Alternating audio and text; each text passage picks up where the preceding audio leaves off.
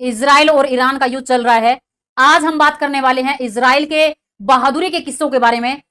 Israel पूरी दुनिया में अपनी तकनीकी के लिए और अपनी बेखौफ सेना के लिए जाना जाता है। ऐसा माना जाता है कि इजराइल अपने दुश्मन को सबक सिखाने के लिए, अपने दुश्मन का खात्मा करने के लिए किसी भी हद तक जा सकता है। बात 1976 की है, जब इजराइल ने ऐसा नामुमकिन काम कर दिखाया कि पूरी दुनिया इजराइल की कायल हो गई। हम बात कर रहे हैं ऑपरेशन थंडरबोल्ट के बारे में। 4 जुलाई 1976 को यह ऑपरेशन किया गया और यह ऐसा माना जाता है कि अब तक का, पूरी दुनिया का अब तक का सबसे कठिन ऑपरेशन यह था, जब इजरायली सेना ने, इजरायली लड़ाकू एक ऐसे तानाशाह, ऐसे खूंखार तानाशाह के देश में घुस गए अपने नागरिकों को बचाने के लिए और सुरक्षित बचाकर ले भी आए। अब हम जानते हैं कि वो किस्सा क्या था और क्या क्या घटनाक्रम हुआ, क्या बात हुई थी, इसके बारे में डिटेल हम बात करते हैं।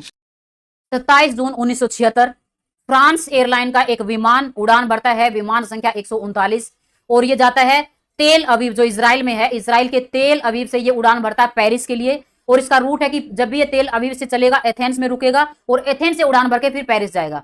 एथेंस से ये तेल वगैरह भरवाता है, ईंधन वहां से लेता है।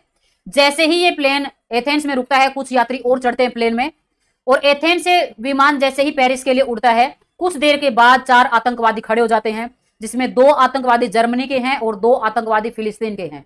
ये विमान को हाईजैक कर लेते हैं और विमान पेरिस जाने की बजाय चला जाता है कहां पे, लीबिया देश में लेके चले जाते हैं।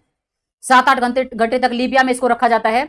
इसके बाद युगांडा में इसको लेके जाता है। युगांडा का उस टाइम पे तानाशाह था, बहुत ही खूंखार तानाशाह, जिसका नाम है ईदी अमीन। ऐसा माना जाता है कि ये इंसानों का मांस भी खाता था। इतना खूंखार जो तानाशाह था वो इन आतंकवादियों का पूरी तरह समर्थन करता है। और ये युगांडा के एयरपोर्ट, जिनका नाम है एंतेबे एयरपोर्ट, वहां पे ये अपना विमान लेके जाते हैं हाईजैक करके। सारे यात्रियों को वहां बंधक बना के रखा जाता है। विमान में उस समय 248 के करीब यात्री थे और 12 क्रू मेंबर उसमें थे। इन सबको उसी एयरपोर्ट पे रखा जाता है। कुछ समय के बाद आतंकवादी, क्योंकि उसमें सारे इजराइल के तो यात्री थे नहीं, अन्य देशों के भी यात्री थे, तो जितने अन्य देशों के यात्री थे उन सबको रिहा कर दिया जाता आतंकवादियों के द्वारा। सिर्फ इजराइल के जो यात्री थे उन्हीं को रखा जाता है। 106 यात्रियों को वहां पे बंधक बना के रखा जाता है। ये सब घटनाक्रम होता है। आखिर क्यों ऐसा किया गया, डिमांड क्या थी? अगर कोई भी किसी भी घटना को इल्जाम देता है तो कुछ ना कुछ उसकी डिमांड रहती है, उसकी मांग रहती है। तो आतंकवादियों की मांग क्या थी?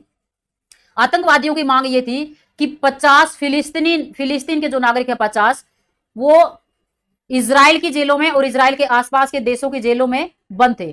तो इन्होंने डिमांड क्या की कि उन 50 फिलिस्तीनियों को छोड़ दिया जाए, और कुछ पैसे की भी डिमांड की गई कि इतने पैसे भी हमें चाहिए।